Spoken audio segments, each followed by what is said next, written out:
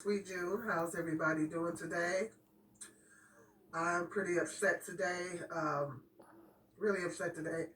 Don't really feel like going into it right now. I might go into it with you guys a couple days, in a couple days tomorrow or whatever. Tell you what's going on, but don't really feel like going into it today. But still trying to process everything. Anyway, there's a lot of men that be coming on YouTube crying about child support, paying child support.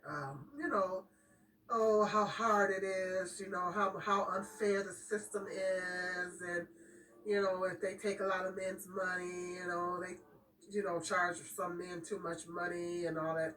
I get it. I get it. My oldest son is on child support. I get it. I get it. I understand the difficulties of men paying child support. I get it. Okay. But you know what I say to that? First of all, let me tell you what you do. Stop having sex with women that's not your wife, and make it a goal to be a husband before becoming a father. If you make it a goal to be a husband first before becoming a father, then guess what? You don't have to worry about paying child support. Stop having sex with women that's not your wife, that you have no intentions of making your wife. Unprotected sex at that. My oldest son is going through the same thing. He's got two children by two baby mamas. And I told him the same thing. He didn't want to marry either one of them. So, he's having to deal with that. So I told him, I said, man, you need to keep it in your pants. And, I told my oldest son the same thing. He's not exempt. I told him the same thing. Okay.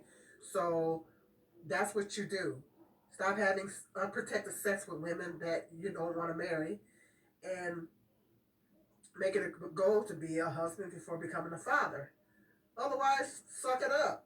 Do what you got to do. You're leaving your reproductive decisions in a woman's hands.